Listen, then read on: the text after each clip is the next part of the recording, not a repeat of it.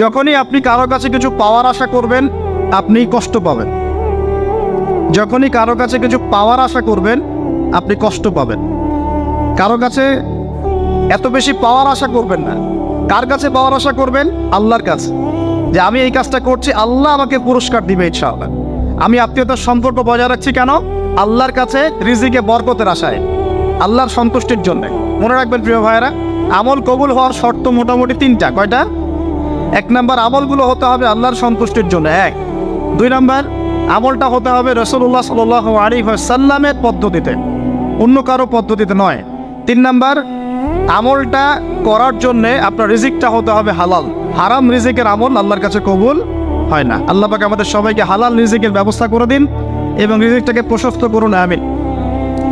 তো রিজিক লেখা হয়ে গেছে 2। 3 নাম্বার লেখা হয়ে গেছে এ ব্যক্তি কি কি কাজ করবে দুনিয়ায়, এ ব্যক্তি দুনিয়ায় কি কি কাজ করবে সব লেখা হয়ে গেছে।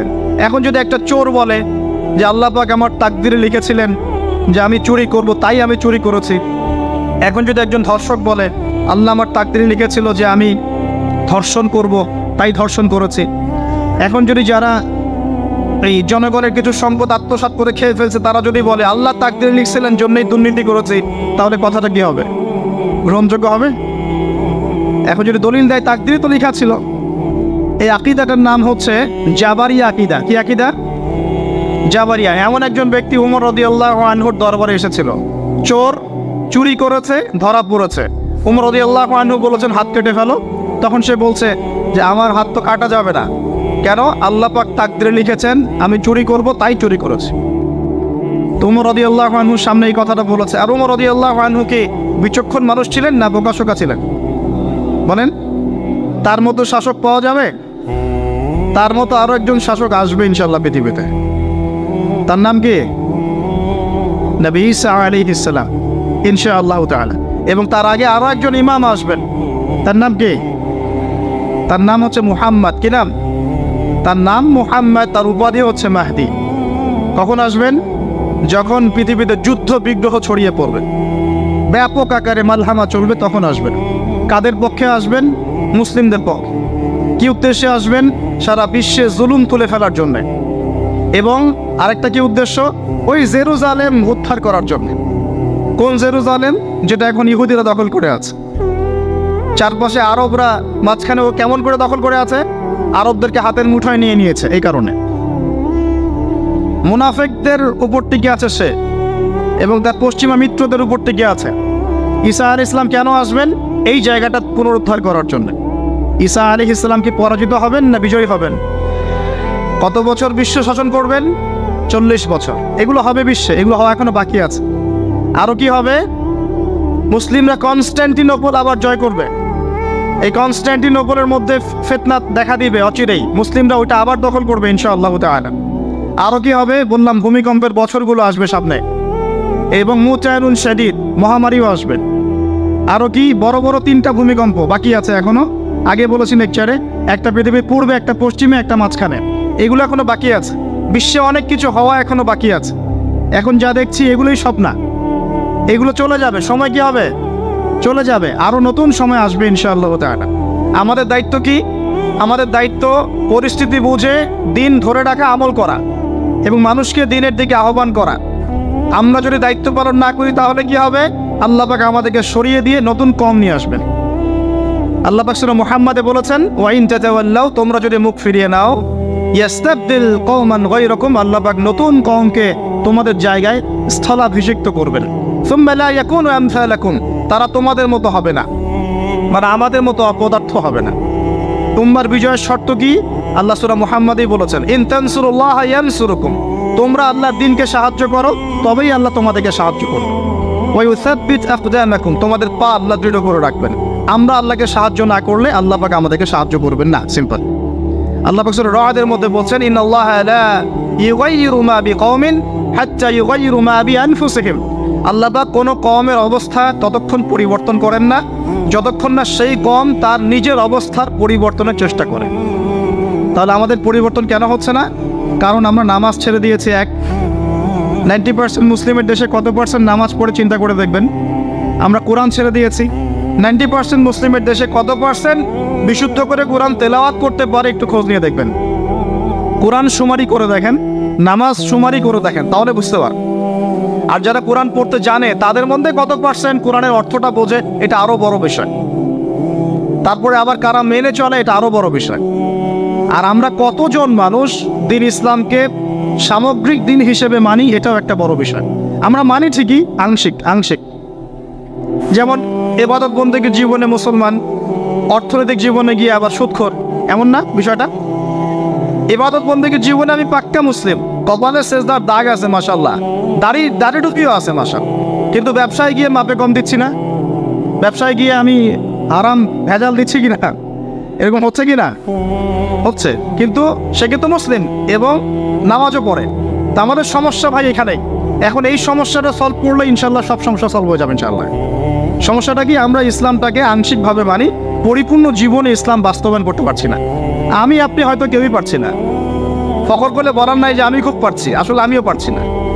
কারণ এই যুগে এটা পারাটা খুব ডিফিকাল্ট। এই যুগে পারাটা কি খুবই কঠিন, কিন্তু এটাই তো এই যুগের চ্যালেঞ্জ। নবীজি বলেছেন তোমাদের সামনে এমন যুগ আসছে যে যুগে ঈমান ধরে রাখাটা হাতের মধ্যে আগুন ধরে রাখার মতো হবে। তবে সুসংবাদ ওই যুগে তাদের জন্যে যারা আমার সুন্নতকে আবার জীবিত করতে পারবে, যে আমার মৃত সুন্নতকে জীবিত করবে। আল্লাহ পাক ভালোবাসেন কিনা? তাহলে এই পুরো মহাবিশ্ব সৃষ্টি করে আল্লাহ পাক কি মহাবিশ্বের মধ্যে ভালোবাসা ছড়িয়ে দেন নাই? আল্লাহ রাব্বুল আলামিন 6 দিনে মহাবিশ্ব সৃষ্টি করে মহাবিশ্বের সব জায়গায় যার যার কাজ তাকে বুঝিয়ে দিলেন। কোন গ্রহ কি কাজ করবে, কোন সৌরজগৎ কেমন করে চলবে, দুনিয়া কিভাবে ঘুরবে, সূর্য কিভাবে উঠবে, চাঁদ কিভাবে আসবে, কোন মাখলুক কি কাজ করবে, ফেরেশতাদের কাজ কি হবে, ইত্যাদি ইত্যাদি। আল্লাহ পাক সমস্ত কাজ বুঝিয়ে দিলেন। সূরা আলিফ লাম মিম সেজদা, হামিম সেজদার মধ্যে আছে, পড়ে দেখবেন। আল্লাহ পাক পুরো মহাবিশ্বের দায়িত্ব বন্টন করে দিলেন। এবার আল্লাহ রাব্বুল আলামিন কি করলেন শোনেন। আল্লাহ রাব্বুল আলামিন বলছেন, এই পুরো মাখলুক কায়নাত সৃষ্টি করার পর আল্লাহ পাক তার রহমতকে 100 ভাগে ভাগ করলেন। কত ভাগে? আল্লাহ পাকের দয়া, রহমত, ভালোবাসাকে 100 ভাগে ভাগ করলেন। ভাগ করে মাত্র এক ভাগ আল্লাহ পাক পুরো মহাবিশ্বে ছড়িয়ে দিলেন, বলেন সুবহানাল্লাহ। বাকি 99 ভাগ রহমত আল্লাহ পাক তার কাছে রাখলেন। এই এক ভাগ ভালোবাসার কারণেই এই যে সন্তান কান্না করলে মায়ের বুক ফেটে যায়, সন্তান অসুস্থ হলে বাবার বুক ফেটে যায়, যেই বাবা সহজে চোখের পানি কাউকে দেখায় না, সেই বাবা জায়নামাজে দাঁড়িয়ে চোখের পানি ছাড়তে থাকে। এই এক ভাগ রহমতের কারণে আমরা দেখি যে রাস্তার কুকুর পর্যন্ত তার বাচ্চাকে চাটে, আদর করে, মহব্বত করে। এই এক ভাগ রহমতের কারণে আমরা আমাদের স্ত্রীদেরকে মহব্বত করি, স্ত্রীকে সুখে রাখার জন্য জীবনটা পর্যন্ত বিলিয়ে দেয়। সকাল থেকে রাত পর্যন্ত কোনো ক্ষেত্রে হারাম পথে যেতেও দ্বিধা করি না, স্ত্রী সন্তান সুখে থাক এই আশায়, তাই না ভাই? এই এক ভাগ রহমতের কারণে গাভী দেখবেন, গাভী তার বাচ্চাকে প্রসবের পর চাটে, গাটা চেটে পরিষ্কার করে দেয়। এই এক ভাগ রহমতে পুরো কায়নাত টিকে আছে।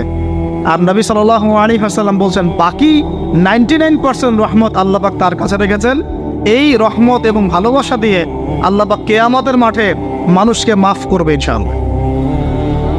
তার মানে বলে আল্লাহু আকবার, তার মানে আমরা আশা করতে পারি ইনশাআল্লাহ তাআলা আমরা আল্লাহর জান্নাত পাবো ইনশাআল্লাহ। পাবো কি না? শুধু একটা কাজ যদি উম্মত করতে পারে জান্নাত পাবে। বলে দেবো কোনটা? অনেক কাজই আছে, কিন্তু স্পেশাল একটা কাজ, একটা। আল্লাহ রাব্বুল আলামিন মেরাজের রাতে তার নবীকে উঠিয়ে নিয়ে কাছে নিয়ে আসছেন, একদম কাছে, আর যে আরশের কাছাকাছি। নবী সাল্লাল্লাহু আলাইহি ওয়াসাল্লাম বলছেন, ওই সময় তার উপর 3টা স্পেশাল ওহী করা হয়েছে। কয়টা? 3টা। একটা হচ্ছে 50 ওয়াক্ত নামাজ। কত ওয়াক্ত? এটা কমতে কত ওয়াক্ত হয়েছে? 5 কেও কমানোর জন্য কোন নবী বলছিলেন? মুসা আলাইহিস সালাম বলছেন 5ও পারবে না, কমায় নিয়ে আসেন। 5ও যে পারবে না, মুসা আলাইহিস সালাম কেমন করে জানলেন?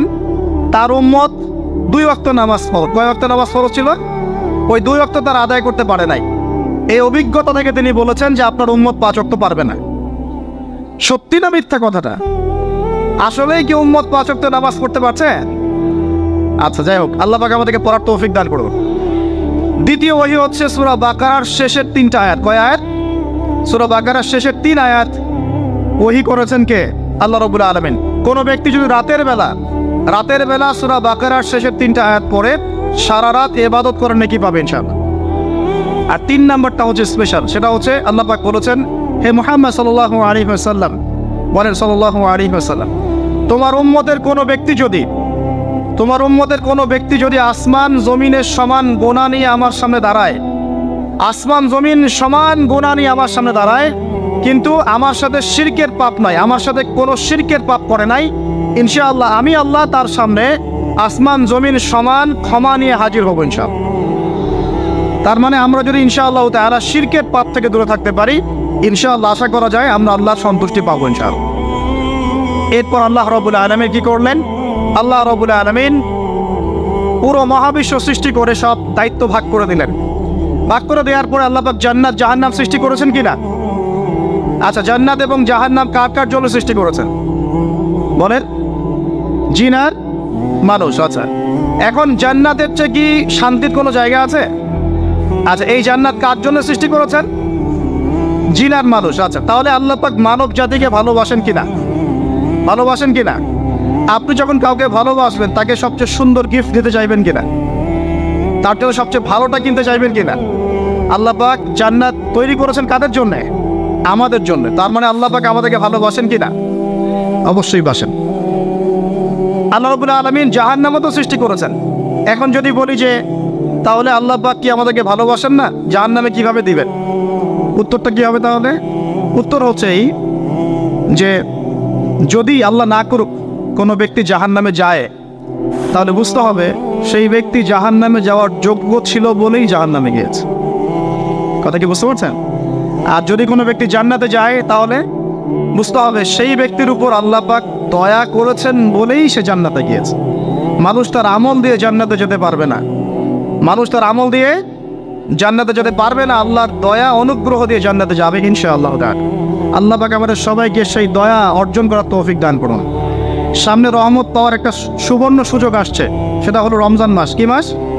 রমজান মাস। আমরা দোয়া করি আল্লাহ পাক আমাদের সবাইকে সুস্থতার সাথে রমজানের সবগুলো রোজা রাখার তৌফিক দান করুন। নবীজি বলেছেন, এই মাসে যে ইবাদত করে তার গুনাহ মাফ করাতে পারলো না, তার জন্য ধ্বংস। বলে নাউজুবিল্লাহ। আমরা তো রমজান আসার আগে দুনিয়াবি প্ল্যান করছি, রমজানে কিভাবে ব্যবসায় উন্নতি করব, রমজানে কিভাবে বেশি লাভ করব। হ্যাঁ, তো রমজান মাস হচ্ছে ইবাদতের মৌসুম।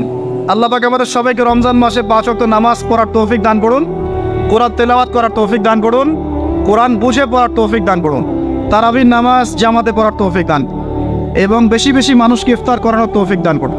যাদের যাকাত ফরজ হয়েছে যাকাত দিচ্ছেন না, আল্লাহর ওয়াস্তে রমজান মাসে যাকাত দিয়ে দিবেন ইনশাআল্লাহ। আর আমি কিন্তু আগেই বলেছি, রমজান মাসে ভাই দ্রব্য মূল্যের দাম কিন্তু খুব চড়া ওঠানামা করবে। অতএব যাদের সামর্থ্য কম তাদের ঘরে ইফতার পৌঁছে দেওয়ার দায়িত্ব কার? যা আমাদের। যাদের সামর্থ্য আছে তারা, যারা সামর্থ্যবান নয় তাদের ঘরে ঘরে মাসের বাজার পৌঁছে দেবেন ইনশাআল্লাহ। তার আল্লাহ পাক তৌফিক এনায়েত করুন বলি আমি। এবার দেখেন, আল্লাহ পাক সৃষ্টি করলেন আদম আলাইহিস সালামকে। তাকে এর আগে আল্লাহ পাক জিন জাতি সৃষ্টি করেছেন, আমি ওইদিকে যাচ্ছি না, আমি মানুষের কথা বলছি। আদম আলাইহিস সালামকে আল্লাহ পাক কেমন করে সৃষ্টি করেছেন? আল্লাহ পাক সূরা সাদের মধ্যে বলেছেন যে খলাকতু বিয়াদাই,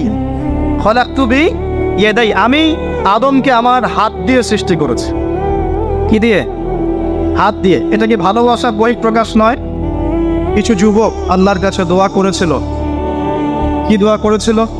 রব্বানা, হে আমাদের প্রতিপালক, আতিনা মিন লাদুনকা রাহমা, আমাদেরকে আপনার পক্ষ থেকে রহমত দান করুন, ওয়া হাইয়িনা মিন আমরিনা রাশাদা, এবং আপনার পক্ষ থেকে আমাদের সমস্ত কাজগুলোকে আপনি গুছিয়ে দিন।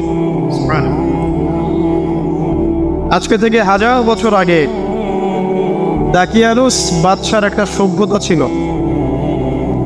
এই বাদশা ছিল তৎকালীন সময়কার একজন জালেম শাসক। সে তার রাজ্যে শিরক প্রতিষ্ঠা করেছিল, আল্লাহ রাব্বুল আলামিনের তাওহীদকে উঠিয়ে দিয়েছিল। সে তার রাজ্যে নবী সাল্লাল্লাহু আলাইহি ওয়াসাল্লাম, তৎকালীন সময়কার যে নবী আলাইহিস সালাম, তার সুন্নাহকে উঠিয়ে দিয়ে নিজের মন গড়া আদর্শ বাস্তবায়ন করেছিল দাকিয়ানুস বাদশা। তো সেই বাদশার অধীনে থাকা 8 জন বা 9 জন উচ্চ পদস্থ কর্মকর্তার সন্তানকে আল্লাহ পাক হেদায়েত দান করেন এবং তারাই ইতিহাসে আসহাবুল কাহফ হিসেবে পরিচিত আছেন। এই 7 জন বা 9 জন যুবক উচ্চ পদস্থ কর্মকর্তার সন্তান ছিলেন। তারা তাওহীদকে চিনতে শিখলেন, আল্লাহ রাব্বুল আলামিনকে চিনতে শিখলেন, শিরকের সাথে তাওহীদের আপোষ করলেন না, সুন্নতের সাথে চলমান জাহিলিয়াতের আপোষ করলেন না। এর ফলশ্রুতিতে তাদের উপর নির্যাতন নেমে আসলো। রাজা তাদেরকে 3 দিন সময় দিলেন। 3 দিনের মধ্যে যদি তোমরা তোমাদের ধর্ম ত্যাগ না করেছো তাহলে তোমাদেরকে মৃত্যুদণ্ড দেওয়া হবে। সেই 7 জন বা 9 জন যুবক ওই রাষ্ট্রের মধ্যে কোনো অরাজকতা সৃষ্টি করলো না, বরং তারা সাইলেন্টলি সেই রাষ্ট্র থেকে চলে গেল। সেই ফিতনাপূর্ণ জাহেলি পরিবেশ থেকে নিজেরা আস্তে করে সরে গেল, সেখানে কোনো রকম ফাসাদ সৃষ্টি করলো না। যাওয়ার সময় তারা একটা কুকুরকে সাথে নিয়েছিল, যেই কুকুর বছরের পর বছর তাদেরকে পাহারা দিয়েছে গুহার মধ্যে। চলতি পথে একটা গুহায় তার আশ্রয় নিয়েছিল, যে গুহার মধ্যে তারা ঘুমিয়ে পড়ে এবং আল্লাহ রাব্বুল আলামিন 309 বছর পর তাদের ঘুম ভাঙান। 309 বছর পর যখন ঘুম ভাঙলো, তারা ক্ষুধার্ত ছিলেন, একে অপরকে জিজ্ঞাসা করছিলেন যে কেম লাবিসতুম, তোমরা কতদিন ঘুমিয়েছ? একজন বলছিল লাবিসনা ইয়াওমান আও বা'দা ইয়াওম, আমরা হয় একদিন ঘুমিয়েছি বা একদিনের কিছু অংশ ঘুমিয়েছি। যাই হোক, তারা ক্ষুধার্ত ছিলেন, তাদের পকেটের মধ্যে কিছু মুদ্রা ছিল, আর সেই মুদ্রা বর্তমান সময়ে চলমান মুদ্রার মতো ছিল না। বর্তমান সময়ে যে চলমান যে মুদ্রাগুলো আছে, যেখানে গোল্ড এবং সিলভারের কোনো অনুপ্রবেশ নাই, যদিও বা কোরআন এবং সুন্নায় গোল্ড এবং সিলভারের কয়েনের কথা আছে, তবে পশ্চিমা সভ্যতা এটাকে হারাম করে দিয়েছে। আর পশ্চিমা সভ্যতা কোনো কিছুকে হারাম করে দিলে সেটা সারা বিশ্বেই হারাম হয়ে যায়, আর পশ্চিমা সভ্যতা কোনো কিছুকে হালাল করে দিলে সারা বিশ্বেই সেটা হালাল হয়ে যায়। পশ্চিমারা যদি বলে পর্দা হারাম, বিশ্ববাসী বলবে হারাম হারাম। তারা যদি বলে পর্নোগ্রাফি জেনা হালাল, সবাই বলবে হালাল হালাল। এখন মানুষ আল্লাহর ইবাদতের চেয়ে পশ্চিমাদের ইবাদত বেশি করে। আর এটা বলে রাখি, সূরা তাওবার 31 নম্বর আয়াতে আল্লাহ পাক বলেছেন, কেউ যদি আল্লাহ পাকের হালালকে হারাম করে নেয় আর আল্লাহ পাকের হারামকে হালাল করে নেয়, এটাকে আল্লাহ পাক কুফরি এবং শিরক বলেছেন। তো দাকিয়ানুস বাদশার যুগটাও ঠিক এমনই ছিল। তো তারা যখন সেই মুদ্রাগুলো নিয়ে বাজারে গেল খাবার কেনার জন্যে, তখন তাদেরকে অ্যারেস্ট করা হলো। কি অভিযোগে? অভিযোগটা হচ্ছে যে তারা গুপ্তধন পেয়েছে, এই অভিযোগে। কিন্তু বাস্তবিক অর্থে তারা কোনো গুপ্তধন পায় নাই। তারা বলছিল আমরা গতকাল মাত্র এখান থেকে বের হয়েছি, আজকে রাতটা এই গুহায় আশ্রয় নিয়েছিলাম, এতটুকু তারা বলছে। যাই হোক, তথ্য প্রমাণ যাচাই করে দেখা গেল যে তারা যে ঘুমিয়েছিল এতে প্রায় 309 বছর অতিবাহিত হয়ে গেছে। এবং এখন যে বাদশা ক্ষমতায় আছে, সে আলহামদুলিল্লাহ একজন তাওহীদপন্থী মানুষ। সে আল্লাহকে বিশ্বাস করে, নবী রাসূলকে বিশ্বাস করে, আল্লাহ পাকের ঐশী গ্রন্থকেও বিশ্বাস করে। তবে ওই সমাজের মানুষ একটা বিষয়কে বিশ্বাস করে না, সেটা হলো মৃত্যুর পর পুনরুত্থান, রিজারেকশন যেটা আমরা বলি, মৃত্যুর পর পুনরুত্থান, এই বিষয়টাকে তারা স্বীকার করে। আল্লাহ রাব্বুল আলামিন মাত্র 9 জন যুবকের মধ্য দিয়ে পুরো একটা নেশনকে শিক্ষা দিলেন যে মৃত্যুর পর পুনরুত্থান সত্য। যে আল্লাহ রাব্বুল আলামিন 309 বছর ঘুম পাড়িয়ে রেখে জীবিত করতে পারেন, নিঃসন্দেহে সে আল্লাহ রাব্বুল আলামিন লক্ষ কোটি মানুষকে 1000 বছর পরেও জীবিত করতে পারবেন ইনশাআল্লাহ। এতে করে ওই পুরো সমাজটাই তাওহীদপন্থী হয়ে গেল আলহামদুলিল্লাহ। এই হলো আসহাবুল কাহফের ঘটনা, খুব সংক্ষিপ্ত করে বললাম। এই আসহাবুল কাহফ তারা কিন্তু উচ্চ পদস্থ কর্মকর্তার সন্তান ছিলেন এবং তারা ছিলেন যুবক। তারা কেউ কাউকে চিনতেন না, কিন্তু আল্লাহ পাক তাদের মধ্যে একটা হৃদয়ের বন্ধন দিয়ে দিয়েছিলেন। এবং তারা ওই রাষ্ট্রে কোনো ফাসাদ সৃষ্টি করেন নাই, কোনো অরাজকতা সৃষ্টি করে নাই, তারা ভাঙচুর করে নাই, তারা হরতাল করে নাই, অবরোধ করে নাই, কিচ্ছু করে নাই। তারা তাওহীদের দাওয়াত দিয়েছে, মানুষ কবুল করে নাই। তাদেরকে আলটিমেটাম দেওয়া হয়েছে, দিন পরিবর্তন করো, না হলে তোমাদেরকে মৃত্যুদণ্ড দেওয়া হবে। তারা আসছে করে সেখান থেকে চলে গিয়েছে। জাহেলিয়াত থেকে টোটালি ডিসকানেক্ট হয়ে গেছে। এরপর আল্লাহ পাক তাদেরকে এমন একটা ঘটনা ঘটালেন যাতে করে পুরো একটা সভ্যতা হেদায়েত পেয়ে গেল, আলহামদুলিল্লাহ। শুধু তাই নয়, এই ঘটনা কোরআনে থাকবে, আর কোরআন কিয়ামত পর্যন্ত থাকবে ইনশাআল্লাহ। যত মানুষ কোরআন তেলাওয়াত করবে ইনশাআল্লাহ সবাই এই ঘটনার আলোকে হেদায়েত পাবে ইনশাআল্লাহ। তো দেখুন, অল্প কিছু মানুষকে দিয়ে আল্লাহ পাক বড় কমিউনিটিকে হেদায়েত দিতে পারে। তাদের দোয়াটা আমরা সবাই করি আজকে। তারা দোয়া করেছিল, রব্বানা আতিনা মিন লাদুনকা রাহমা ওয়া হাইয়্ লানা মিন আমরিনা রাশাদা। ঠিক একই যুগ আবারও এসেছে ঘুরে ফিরে, সময় পরিবর্তন হতে থাকে। আমরা একটা কথা বলি, ইতিহাস পড়তে গিয়ে পড়াতে গিয়ে, যে হিস্ট্রি রিপিটস ইটসেলফ। আমরা বলি যে ইতিহাস নিজেই নিজের পুনরাবৃত্তি ঘটায়। ঠিক ওর অনেক ঘটনা ঘটেছিল নমরুদের সময়ও। নবী ইব্রাহিম আলাইহিস সালাম তাওহীদপন্থী, নমরুদ তাওহীদপন্থী নয়। সে মনে করে যে সেই হচ্ছে এই পুরো মহাবিশ্বের রব। আল্লাহ রাব্বুল আলামিন ইব্রাহিম আলাইহিস সালামের মাধ্যমে তাকে তাওহীদের দাওয়াত পৌঁছালেন, সে কবুল করল না। আল্লাহ রাব্বুল আলামিন সামান্য যে বলে মশা, ক্ষুদ্র একটা মশা দিয়ে নমরুদকে শেষ করে দিলেন। আল্লাহ পাক সব করতে পারেন। ইতিহাস এভাবেই পুনরাবৃত্তি ঘটিয়েছে আদ এবং সামুদ জাতির ক্ষেত্রেও। আদ জাতির লোকের অনেক লম্বা লম্বা ছিল, ফিজিক্যালি অনেক স্ট্রংলি বিল্ড। তারা পাহাড় কেটে বাড়িঘর নির্মাণ করত। সামুদ জাতীয় ঠিক এরকমই ছিল, তারা পাহাড় পর্বত কেটে বাড়ি নির্মাণ করত। আল্লাহ রাব্বুল আলামিন হুদ আলাইহিস সালামকে পাঠালেন, সালিহ আলাইহিস সালামকে পাঠালেন দাওয়াত দেওয়ার জন্য। তারা দাওয়াতি কাজ করলেন, কম দাওয়াত গ্রহণ করলো না। ইল্লা কলিলাম মিনহুম, অল্প কিছু মানুষ ইসলাম কবুল করলো, বাকিরা বেশিরভাগই করলো না। আল্লাহ রাব্বুল আলামিন এই বিশাল কওমটাকে, যারা বলতো মান আশাদ্দু মিন্না কুওয়া, আমাদের চেয়ে শক্তিশালী আর কে আছে, তারা এই কথা বলতো। কোরআন এই কথা বলছে, কোরআন বলছে তারা বলতো মান আশাদ্দু মিন্না কুওয়া, আমাদের চেয়ে শক্তিশালী আর কে আছে। এখন এই স্লোগানগুলো আমরা ওয়ার্ল্ড অ্যাফেয়ার্স ঘাটলে দেখতে পারি না? বিভিন্ন পরাশক্তি বলছে আমাদের চেয়ে শ্রেষ্ঠ আর শক্তিশালী কে আছে। এই কথাটাই বলেছিল আদ এবং সামুদ জাতি। আল্লাহ পাক এদেরকে এমনভাবে ধ্বংস করেছেন যেন খেজুর গাছ উপড়ে ফেললে যেমন করে পড়ে থাকে, আদ জাতির লোকরা বাড়ির মধ্যে এভাবে পড়েছে। মাত্র 6 দিন এবং 7 রাতের মধ্যে আল্লাহ পাক আদ জাতিকে ধ্বংস করেছে। আর সামুদ জাতিকে আল্লাহ পাক ধ্বংস করেছেন বজ্রপাত দিয়ে, প্রচণ্ড বজ্রপাত দিয়ে, মুহূর্তে একটা কম শেষ। আল্লাহ পাক সব করতে পারেন। ইতিহাস এভাবেই পুনরাবৃত্তি ঘটিয়েছে। ফেরাউনের যুগে চলে যান, মূসা আলাইহিস সালাম একই দাওয়াত দিয়েছেন আল্লাহ রাব্বুল আলামিন। আল্লাহ পাকের পক্ষ থেকে তাওহীদ দিয়ে তিনি ফেরাউনকে দাওয়াত দিয়েছেন যে লা ইলাহা ইল্লাল্লাহ, আল্লাহ ছাড়া কোনো ইলাহ নাই। আল্লাহ রাব্বুল আলামিন চিরঞ্জীব, চিরস্থায়ী, তার কাছে আত্মসমর্পণ করো। ফেরাউন বলেছিল আনা রাব্বুকুমুল আ'লা, আমি তোমাদের মহান রব। নাউযুবিল্লাহ। সে বলেছিল মা উরিকুম ইল্লা মা আরা, আমি যা ভালো মনে করি তাই তো তোমাদেরকে বলি। ওয়া মা আহদিকুম ইল্লা সাবিলার রাশাদ, এবং আমি তোমাদেরকে শুধু সৎপথ দেখাই। ফেরাউন এই কথা বলেছে। সে বলেছিল যে মা আলিমতু লাকুম মিন ইলাহিন গায়রি, আমি তো জানি না যে আমি ছাড়া তোমাদের কোনো ইলাহ আছে।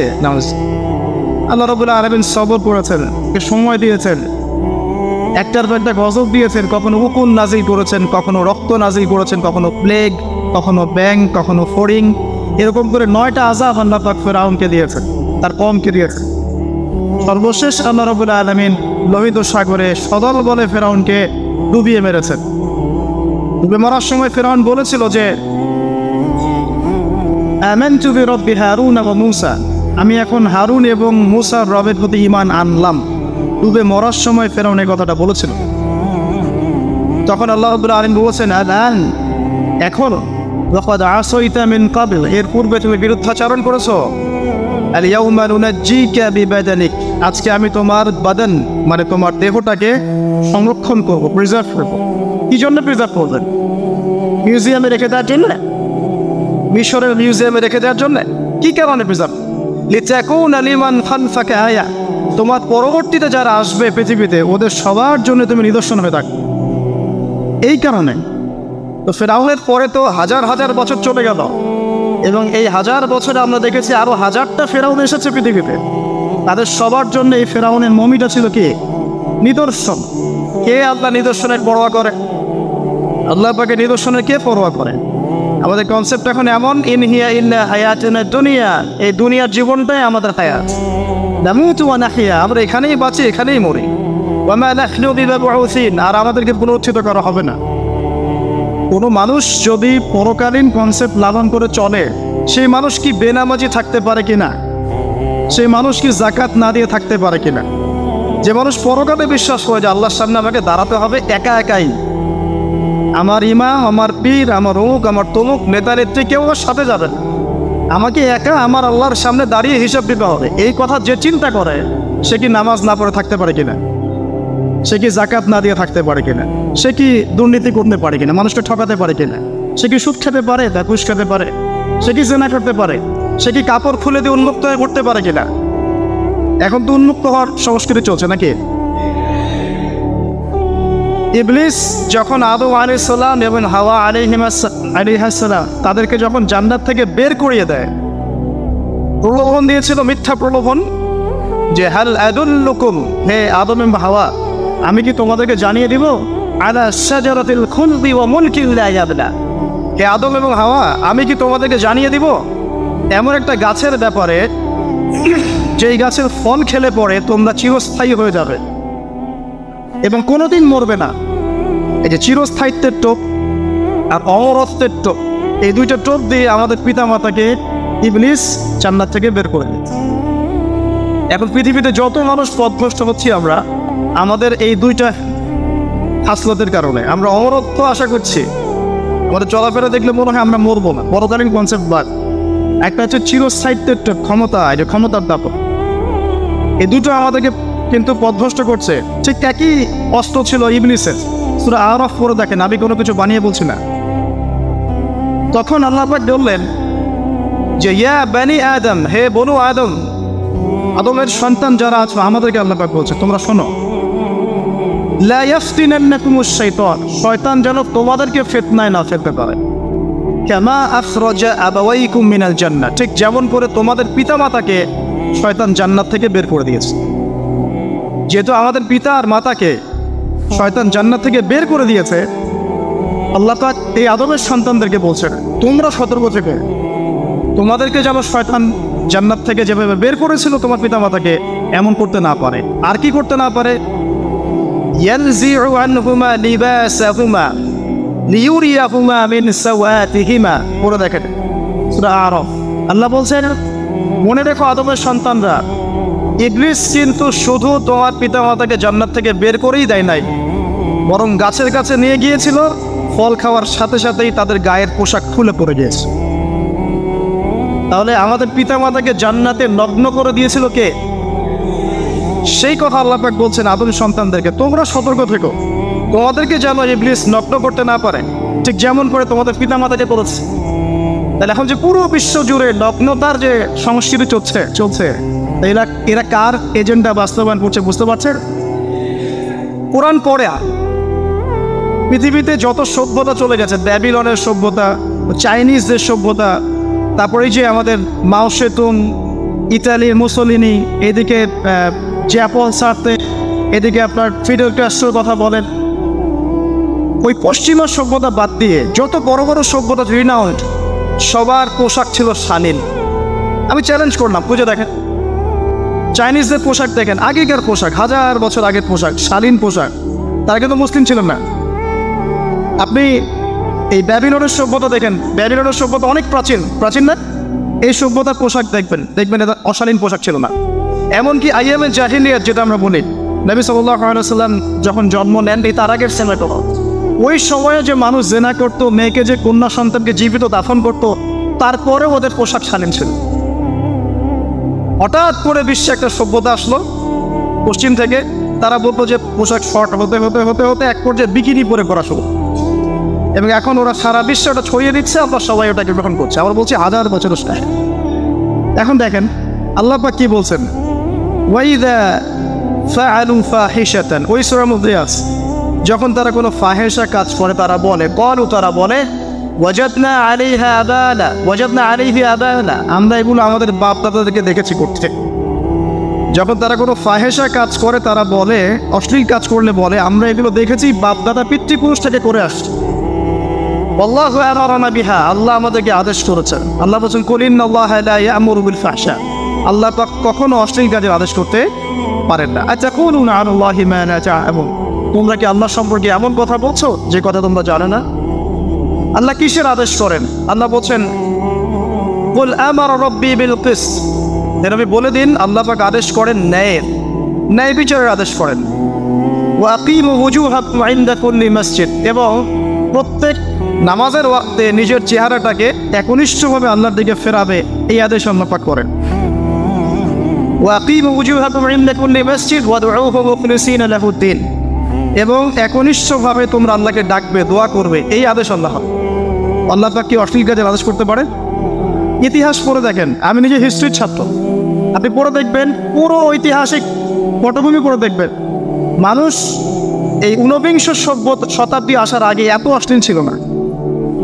এখনকার বিশ্বে যত সমস্যা চলছে, কয়েকটা বলি, রিবা বা সুদ, জেনা বা উন্মুক্ত যৌনাচার, তারপরে বেপরদামি অশ্লীলতা, 4 নম্বর আপনার মাদক, ঠিক আছে, 5 যে বড় মহামারী পর্নোগ্রাফি, যত বড় বড় মেজর সমস্যাগুলো চলছে যেগুলো ইয়াং জেনারেশনকে ধ্বংস করে দিচ্ছে, এগুলোর ম্যাক্সিমাম এসেছে কিন্তু পশ্চিম থেকে। খেয়াল করে দেখবেন, এগুলো কিন্তু বাংলাদেশ থেকে আসে নাই, আসছে ভারত থেকে আসছে, পাকিস্তান থেকে আসছে, সাবকন্টিনেন্ট থেকে আসে নাই, এগুলো দেখবেন একটা নির্দিষ্ট জায়গা থেকে আসছে। তো এই কারণে আমাদের সতর্ক দৃষ্টি রাখতে হবে যে বস্তুবাদী উন্নয়ন সব কিছু নয়। হ্যাঁ, আমরা জিডিপি বাড়ালাম, ইন্ডাস্ট্রিজ গড়লাম, মঙ্গলে চলে গেলাম, চাঁদে গেলাম, ওকে ফাইন, এগুলোর কেউ বিরোধিতা করবে না, এটা ভালো, নেশনকে এগিয়ে নিতে হবে, এটাই এডুকেট, তারও নয়, এবং এডুকেটেই করতে হবে, কিন্তু নৈতিকতার বিসর্জন দিয়ে নয়। নৈতিকতার বিসর্জন দিয়ে ধর্ম থেকে দূরে চলে এসে নাস্তিকতায় বিশ্বাসী হয়ে আল্লাহকে বাদ দিয়ে, রাসূলকে বাদ দিয়ে এই বস্তুবাদী উন্নয়ন আমাদের পরকালকে বাঁচাতে পারবে না। তো পরকালকে বাঁচিয়ে রেখে আমার দুনিয়াকে উন্নয়ন করতে হবে, এবং দুনিয়ার উন্নয়নটা অবশ্যই জরুরি। সারা বিশ্ব যখন এগিয়ে যাচ্ছে, আমরা কেন পিছিয়ে থাকবো? আমি তো এটাও বলি যে এটা অনেক মাদ্রাসার লাইনে যারা আছেন তারা আমার সাথে একটু বিরোধিতা করেন এই বিষয়ে, কিন্তু আমি নিজেই বলি, বিশাল আগুন, এই আগুনটা মানব জাতিকে হাসরের মাঠের দিকে তাড়িয়ে নিয়ে যাবে। এই 10টা আলামত না আসা পর্যন্ত কিয়ামত হবে না। অতএব আপনি এখন রিল্যাক্সে নাকে তেল দিয়ে ঘুমান নাকি ভাই? এই 10টা আলামত না আসা পর্যন্ত কিয়ামত হচ্ছে না, তবে এই 10টা আলামত আসার পটভূমি কিন্তু তৈরি হয়ে যাচ্ছে, এটা আমাদের খেয়াল করতে হবে। আচ্ছা আসেন, এই যে শুআয়ব আলাইহিস সালামের কওমকে যে ভূমিকম্প দিয়ে ধ্বংস করা হলো, এই ভূমিকম্প কখন আসে? আল্লাহ পাক বলছেন তার রাসূলের মাধ্যমে, যখন সমাজের মধ্যে পাপ বেড়ে যাবে, অশ্লীলতা বেড়ে যাবে, মানুষ মাদককে হালাল মনে করা শুরু করবে, জেনাকে হালাল মনে করা শুরু করবে, এবং এই যে বেপরদামি বেড়ে যাবে, তখন সমাজের মধ্যে ভূমিকম্প দেখা দিবে, ভূমিধস দেখা দিবে। গান বাজনা, বাদ্যযন্ত্রকে মানুষ হালাল মনে করা শুরু করবে, তখন এগুলো আসবে। তো এগুলো কি আসার বাকি আছে? এখন কি মনে হচ্ছে? আল্লাহ পাক আমাদেরকে হেফাজত করুন, আমিন।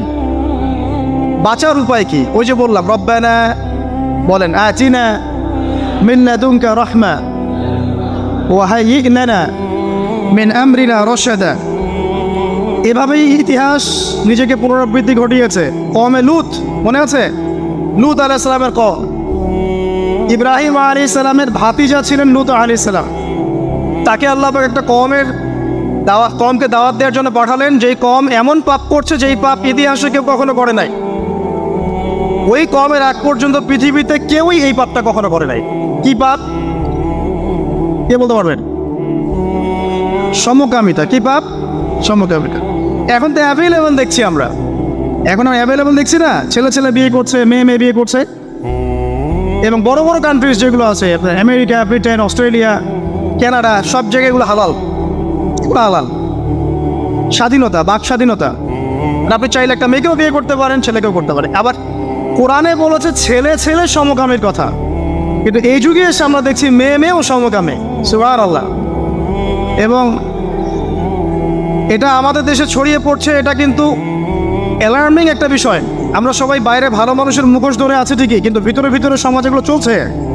এগুলোকে যদি এখনই আমরা এটাকে ডিফেন্ড করতে না পারি, তাহলে কিন্তু সমস্যা। আগামীতে দেখা যাবে যে আমাদের পরিবারের মধ্যে এগুলো ঢুকে যাচ্ছে, নাউযুবিল্লাহ। আমরা জরিপ বলছে যে 20 থেকে 30 জন মানুষের মধ্যে 1 জন মনে করে যে সমকামিতা ভালো জিনিস বা এটা একটা স্বাধীনতা। আপনি কেমব্রিজ অক্সফোর্ডের ডিকশনারি ঘাটলে দেখবেন সেখানে আগে বলা হতো যে এটা একটা মানসিক রোগ। আপনি 10 বছর আগের ডাটা দেখেন আর 10 বছর পরের ডাটা দেখেন, এখন আপনাকে বলা হবে এটা একটা বাক স্বাধীনতা। আগে বলা হতো মানসিক রোগ। তো এই কম ছিল কওমে লূত, আল্লাহ পাক এদেরকে এমনভাবে ধ্বংস করেছেন যেভাবে পৃথিবীতে কোনো কওমকে আল্লাহ পাক ধ্বংস করেন, কাউকে না। কীভাবে? আল্লাহ পাক 2জন ফেরেশতা পাঠিয়েছিলেন, জিবরাইল আলাইহিস সালাম এবং মিকাইল আলাইহিস সালাম।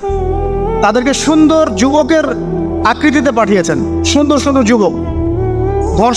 ধর্ষকের কোনো ধর্ম নাই, সে হিন্দু মুসলিম নাকি বৌদ্ধ খ্রিস্টান না আলেম জালেম, এগুলো ধর্ম দেখার সময় নাই।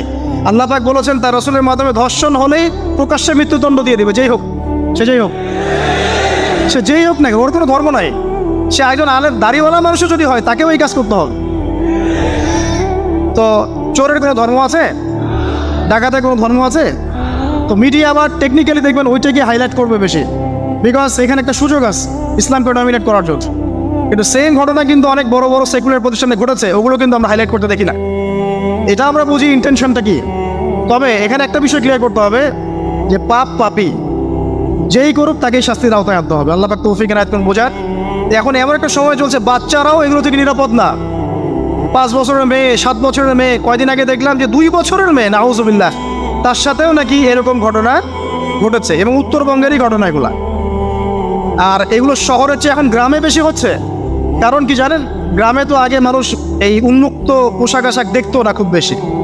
এখন যখন পর্ন চলে আসছে হাতে, বাসায় সব এগুলো দেখছে, তখন গ্রামে দেখবেন ধর্ষণ বাড়ছে না? এটা নিয়ে আমি আলাদা লেকচার দিয়েছি যে কতগুলো ধর্ষণ হয়েছে এই পর্যন্ত। এই বছরই লাস্ট এই বছরই দেখবেন রিপোর্টেড 1337টা রেপের ঘটনা ঘটেছে এই বাংলাদেশেই। অ্যালার্মিং বিষয়। আর আমেরিকাতে প্রতি 6 জনে 1জন রেপ হয়, আর রেপের রাজধানী হচ্ছে সাউথ আফ্রিকা, ওখানে প্রতি 3 জনে 1জন রেপ হয়। তো এইগুলো কিভাবে হচ্ছে? Only because of pornography crime. এটা যদি এখনো বন্ধ করতে না পারা যায়, আগামী ভবিষ্যৎ খুব খারাপ হবে। যেখানে সেখানে মানুষ জনা করবে, যাকে তাকে রেপ করবে, দেখে নিয়ে। বিকজ এটা ভিতর থেকে মানুষকে পশু বানিয়ে দিচ্ছে। আমরা জানি এর পিছনে একটা বড় ইন্ডাস্ট্রি কাজ করে, যারা সারা বিশ্বে প্রায় $98 বিলিয়ন ব্যবসা করে পর্ন দিয়ে। শুধু আমেরিকায় ব্যবসা করে $12 বিলিয়ন, সারা বিশ্বে $12 বিলিয়ন বোঝেন? $1 বিলিয়ন কত কোটি বোঝেন? $100 কোটি। বিশাল একটা ইন্ডাস্ট্রি আছে, এর পিছনে টাকা কাজ করে, টাকা, অনলি টাকা। আর এখানে যা দেখানো হয় সবই ফেক, এগুলো কোনোটাই সত্য না। এটা শুধু একটা অভিনয়, আর কিচ্ছু না। তো এটা দিয়ে পুরো স্পেশালি মুসলিম যুবকদের ভিতরে এমন একটা পশুত্ব ঢুকিয়ে দেওয়া হয়েছে যে জেনা, ধর্ষণ, বেয়াপন এগুলো বাড়তেই আছে দিন দিন। এটা না কমানো গেলে এবং আইনের সুশাসন নিশ্চিত করা না গেলে ধর্ষণ কমবে না, জেনা কমবে না, ইফটিজিও কমবে না, মেয়েদের অধিকার হওয়ার আদায় করা সম্ভব হবে না। এটা আমার মত। বাকিটা আপনারা ভেবে দেখেন। আপনারা অনেক বিজ্ঞ মানুষ আছেন, ভেবে দেখেন কি করলে এগুলো কমবে। যদি না ভাবি, আল্লাহ পাক কি করবেন জানেন? একটা হাদিস বলি খালি। যায়নাব বিনতে জাহাশ রাদিয়াল্লাহু আনহা তিনি বলছেন, ইয়া রাসূলুল্লাহ সাল্লাল্লাহু আলাইহি ওয়াসাল্লাম, আনুহলিকু ওয়া ফিনা সালিহুন, আমাদের মধ্যে সৎ লোক থাকা অবস্থাতেও কি আমরা ধ্বংস হয়ে যাব? আমাদের মধ্যে সৎ যে অনেক ব্যক্তি আছে তারা থাকলেও কি আমরা ধ্বংস হয়ে যাব? নবীজি বলছেন, নাম, হ্যাঁ তোমরা ধ্বংস হবে। ইযা কাসরাতিল খাবাস, যখন নোংরামি, অশ্লীলতা, বেহায়াপনা বাড়তে থাকবে, আলেম জালেম সব ধ্বংস হবে। তো আমরা আমাদের স্বার্থেই কথাগুলো বলবো, কারণ আমরা যদি এগুলোকে প্রতিহত করতে না পারি তাহলে আমাদের বাড়িতেও এই ফিতনা ঢুকে আসবে না? আসবে। দেখে নিয়েন। আল্লাহ পাক বোঝার তৌফিক এনায়েত করুন, আমিন।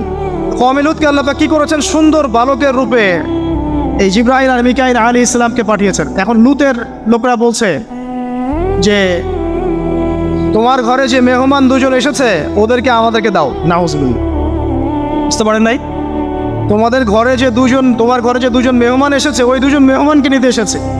লূত আলাইহিস সালাম বলছেন যে আমার হাউলাই বানাতিন কুনতুম ফাইলিন, তোমাদের যদি বিয়ে করার ইচ্ছা থাকে, আমার মেয়েরা আছে, তাদেরকে বিয়ে করো প্রয়োজনে।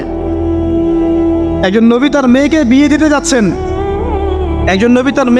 দিতে যাচ্ছেন, তাও তোমরা এই পথে যেও না। তখন এই কওমে লূতের লোকরা বলছে, তুমি খুব ভালো করেই জানো হে লূত আমরা কি জন্য এসেছি। তখন তিনি বলছেন, আলাইসা মিনকুম রাজুলুন রাশীদ, তোমাদের মধ্যে কি একজনও ভালো মানুষ নাই? এরপরে আল্লাহর আযাব আসলো। লূত আলাইহিস সালাম এবং তার স্ত্রী চলে যাচ্ছেন, তার স্ত্রী কিন্তু আবার ইমানদার ছিলেন না, সে পিছনে ফিরে বারবার দেখছে। নূহ আলাইহিস সালামের স্ত্রী যেমন ইমানদার ছিলেন না, লূত আলাইহিস সালামের স্ত্রীও তেমনি ইমানদার ছিলেন না। নবীর স্ত্রী হওয়া সত্ত্বেও তারা কিন্তু জাহান্নামে যাবে, নাউযুবিল্লাহ। তো এই লূতকে ধ্বংস করলেন আল্লাহ পাক। কওমে লূতকে এভাবে ফেরেশতার পাখা দিয়ে ওই পুরো জায়গাটাকে উঠিয়ে নিয়ে মাটিতে আবার ধসিয়ে দেওয়া হচ্ছে। এই জায়গাটা এখন নিদর্শন হয়ে আছে। জর্ডানের পাশে দেখবেন যে ডেড সি, একটা মৃত সাগর আছে না, ওইটা ছিল সেই জায়গা। এখানে সাদুম গোত্র থাকতো। সাদুম, এই কওমের নাম ছিল সাদুম। এরা সমকামী ছিল। এখন আপনার জন্য আমার নসিহত হচ্ছে, নবী সাল্লাল্লাহু আলাইহি ওয়াসাল্লাম বলেছেন, আমি শেষ জামানায় আমার উম্মতের উপর কিছু বিষয় ভয় করি যে এগুলো আমার উম্মতের মধ্যে ঢুকে যাবে, আমি আশঙ্কা করে ঢুকে যাবে। কী কী বিষয়? এক নম্বর, যে আমি আশঙ্কা করি যে আমার উম্মতের মধ্যে মূর্তি পূজা ঢুকে যাবে, মুসলিম কিন্তু স্ট্যাচু ওয়ার্শিপ করবে। দুই, আমি আশঙ্কা করি আমার উম্মতের মধ্যে রিয়া ঢুকে যাবে। রিয়াটা কি? লোক দেখানো আমল। রিয়া কি? লোক দেখানো আমল।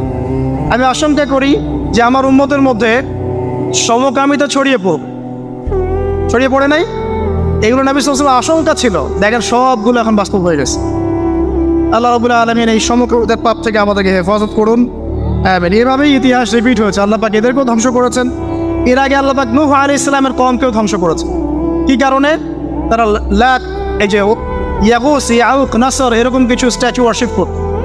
এক পর্যায়ে আল্লাহ রাব্বুল আলামিন 950 বছর দাওয়াত দিয়েছেন নূহ আলাইহিস সালাম তার কওমকে। 950 বছর দাওয়াত দেওয়ার পরেও তার কওম যখন আল্লাহর আনুগত্য করলো না, আল্লাহ রাব্বুল আলামিন মহাপ্লাবন দিয়ে তাদেরকে ধ্বংস করে দিয়েছে। এভাবেই যুগে যুগে ইতিহাস রিপিট করেছেন। আমাদের নবী মুহাম্মদ সাল্লাল্লাহু আলাইহি ওয়াসাল্লামের সময়ও এই হিস্ট্রিটাই ছিল। আবু জাহেল, আবু লাহাব, উতবা, সাইবা যারা ছিল, তারা মূলত সমাজটাকে দ্বিখণ্ডিত করে ফেলেছিল, খণ্ডে খণ্ডে ভাগ করে ফেলেছে। ডিভাইড অ্যান্ড রুলের মতো সমাজে সুদ ছড়িয়ে দিয়েছিল, জেনা ছড়িয়ে দিয়েছিল, পরকীয়া ছড়িয়ে দিয়েছে এবং শিরক ছড়িয়ে দিয়েছে এবং গোত্রীয় হানাহানি চলছেন। এরকম একটা অবস্থায় নবী সাল্লাল্লাহু আলাইহি ওয়াসাল্লাম ওই সমাজের মধ্যে আসেন নবী হিসেবে। এসে মাত্র 23 বছর সময় নিয়েছেন। কত বছর? মাত্র 23 বছর। আমাদের তো সমাজ সংস্কারের শতাব্দী পার হয়ে যাচ্ছে। একটা রেভলিউশন দেখবেন শতাব্দী পার হয়ে যাচ্ছে, কিন্তু কোনো আলটিমেট রেজাল্ট নাই। নবী সাল্লাল্লাহু আলাইহি ওয়াসাল্লাম 23 বছর সময় নিয়েছেন, মাত্র 23 বছর। এই 23 বছরে কোরআন এবং হাদিস এই দুটোকে হাতে নিয়ে নবী সাল্লাল্লাহু আলাইহি ওয়াসাল্লাম সমাজের প্রত্যেকটা জাহিলিয়াত উপর থেকে সরিয়ে দেন নাই, শেকড় থেকে উপড়ে ফেলেছেন। তবে তিনি যখন ইসলাম প্রতিষ্ঠা করে দিয়ে চলে গেছেন, খোলাফায়ে রাশেদার যুগ চলে গেছে, তারপর উমাইয়া খেলাফত এসেছে প্রায় 100 বছরের মতো, পরে আব্বাসীয় এসেছে প্রায় 550 বছরের মতো, আস্তে আস্তে ফাতেমিরা এসেছে, এদিকে কর্ডোবার, স্পেনে আন্দালুসি উমাইয়া শাসন ছিল, ওসমানীয়রা এসেছে। এভাবে ইতিহাস চলেছে দীর্ঘদিন, প্রায় 1400 বছর। শেষ পর্যায়ে গিয়ে নবী সাল্লাল্লাহু আলাইহি ওয়াসাল্লাম কিছু ভবিষ্যৎবাণী করে গেছে। যখন শেষ জামানাগুলো আসবে তখন দেখবে তোমরা সমাজে সুদটা ছড়িয়ে পড়বে বেশি, জেনা ছড়িয়ে পড়বে, পর্ন ছড়িয়ে পড়বে। পর্ন কথা তো তিনি বলেন নাই, বলেছেন অশ্লীলতা ছড়িয়ে পড়বে। এখন আমরা বলছি এটা পর্নোগ্রাফি। তিনি আরও বলেছেন সময়গুলো সংক্ষিপ্ত হয়ে আসবে, মানুষের হঠাৎ মৃত্যুর পরিমাণ বেড়ে যাবে, অনেক কিছু বলে গেছে। দিন চলে যাবে মনে হবে একটা ঘন্টার মতো চলে গেল, বছর চলে যাবে একটা মাসের মতো, মাস যাবে একটা সপ্তাহের মতো। অনেকগুলো সাইন তিনি বলে গেছেন। মুসলিমদের মধ্যে বিভক্তি বাড়তে থাকবে, হত্যা, হারাজ বাড়বে। হারাজ, হত্যা মানে হারাজ, মানে একজন ব্যক্তিকে হত্যা করা হবে, সে জানবে না আমাকে কেন হত্যা করা হল, আর একজন ব্যক্তি হত্যা করবে, সেও বুঝবে না কেন তাকে মারলাম। ফাসাদ বাড়তে থাকবে, উঁচু উঁচু অট্টালিকা নির্মাণের প্রতিযোগিতা বাড়তে থাকবে। হচ্ছে না এগুলো? সমাজে ভালো মন্দের মানদণ্ড উল্টে যাবে। মানুষ সত্যকে মিথ্যা বলবে, মিথ্যাকে সত্য বলবে, মিথ্যাবাদীকে সত্যবাদী বলবে, সত্যবাদীকে মিথ্যাবাদী বলবে, আমানতদারকে খেয়ানতকারী বলবে, খেয়ানতকারীকে আমানতদার বলবে। টোটালি মানদণ্ড উল্টে যাবে। আস্তে আস্তে সিচুয়েশন এমন হতে থাকবে, খারাপ থেকে খারাপ। তবে সোনালি সময় কি আর ফিরবে না? তাহলে সময় কি তাহলে আর ফিরবে না? এভাবেই চলবে সব কিছু? না, এভাবে চলবে না ইনশাআল্লাহ। আল্লাহ রাব্বুল আলামিন তার রাসূলের মাধ্যমে জানিয়েছেন এই সব কিছুই সাময়িক, সব কিছু সাময়িক। ইতিহাস আবার পুনরাবৃত্তি ঘটাবে। ইতিহাস সভ্যতা শুরু হয়েছিল একজন নবী দ্বারা, শেষও হবে আরেকজন নবী দ্বারা ইনশাআল্লাহ তাআলা। সভ্যতা শুরু হয়েছিল আদম আলাইহিস সালামকে দিয়ে, আর শেষ হবে ঈসা ইবনে মারিয়ামের হাত। শেষ জামানার সবচেয়ে ভাইটাল ক্যারেক্টার হচ্ছেন ঈসা ইবনে মারিয়াম, ইমাম মাহদী নন। ইমাম মাহদী সবচেয়ে ভাইটাল ক্যারেক্টার নন, সবচেয়ে ভাইটাল ক্যারেক্টার হচ্ছে ঈসা ইবনে মারিয়াম। তিনি প্যালেস্টাইন জেরুজালেম থেকে পুরো ওয়ার্ল্ডে ইসলামিক খেলাফা রিস্টোর করবেন ইনশাআল্লাহ তাআলা। এবং তিনি নতুন কোনো শরীয়ত নিয়ে আসবেন না, নতুন কোনো ধর্ম নিয়ে আসবেন না, বরং তিনি এসে বরং ক্রুশ ভেঙে ফেলবেন। শুয়োরের মাংস যেটা, এটাকে একদম টোটালি হারাম করে ফেলবেন। জিজিয়া যে ট্যাক্সটা আছে এটাকে উঠিয়ে দিবেন। এবং তিনি 40 ইয়ার্স, হাদিসে এসেছে 40 বছর তিনি এই পৃথিবীতে থাকবেন। কত বছর? 40 বছর। ওই সময় সম্পর্কে এমন কথা এসেছে যে জাকাত নেয়ার জন্য একটা মানুষ খুঁজে পাওয়া যাবে না। আসতে কতদিন এটা আমরা বলতে পারবো না, এটা আল্লাহ পাক জানেন, আল্লাহ জানেন। এটা কতদিন এটা আমরা বলতে পারবো না, এটা বলার অধিকারও আমাদের নাই, বিকজ এটা গায়েবের বিষয়। আলামতগুলো আস্তে আস্তে আস্তে আস্তে ওইদিকে যাচ্ছে।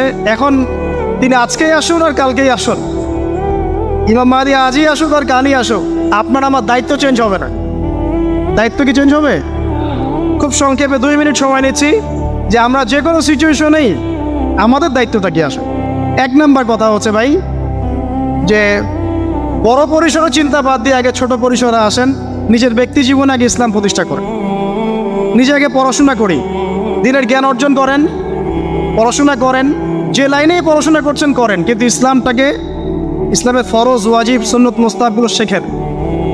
ডাক্তার ইঞ্জিনিয়ার হওয়ার কোনো আপত্তি নাই, বড় পলিটিশিয়ান হন, ইকোনমিস্ট হন, কোনো আপত্তি নাই, বাট ইসলামের বেসিক নলেজটা অর্জন না করে মৃত্যুবরণ করেন না আল্লাহর ওয়াস্তে। 2 নাম্বার, কোরআনকে সময় দেন, কোরআনটাকে স্টাডি করেন, হাদিসটা স্টাডি করেন, আল্লাহ পাক তৌফিক দান করুন, আমিন। এরপরে আমল বাড়িয়ে দেন, আমলটা বাড়ায় দেন। এখন সময় থাক 100 বছর আর 500 বছর বা 2 বছর, আমল বাড়ায় দেন। আপনার আমল আপনার সাথেই, কেউ কারো কবরে যাবে যাবেন। অতএব আমল বাড়িয়ে দেওয়ার চেষ্টা করি, আল্লাহ পাক তৌফিক দান করুন। আমল বাড়ানোর সবচেয়ে সেরা পদ্ধতি হচ্ছে রাসূল সাল্লাল্লাহু আলাইহি ওয়াসাল্লামের সুন্নাহ মতো জীবন গড়া, নবীর সুন্নাহ মতো জীবন গড়া। প্রত্যেকটা কাজ রাসূল সাল্লাল্লাহু আলাইহি ওয়াসাল্লামের সুন্নাহ মতো করেন, ইনশাআল্লাহ প্রতিটা কাজই নেকি হবে ইনশাআল্লাহ। আর কি বাড়াবো? আদর্শ পরিবার। এটা বারবার আমি একটা কথা বলি যে আদর্শ পরিবারের কোনো বিকল্প নাই। পারিবারিক আদর্শ, পারিবারিক মূল্যবোধ সবচেয়ে বড় শিক্ষা। এই শিক্ষাটা অন্য জায়গায় আপনি পাবেন না।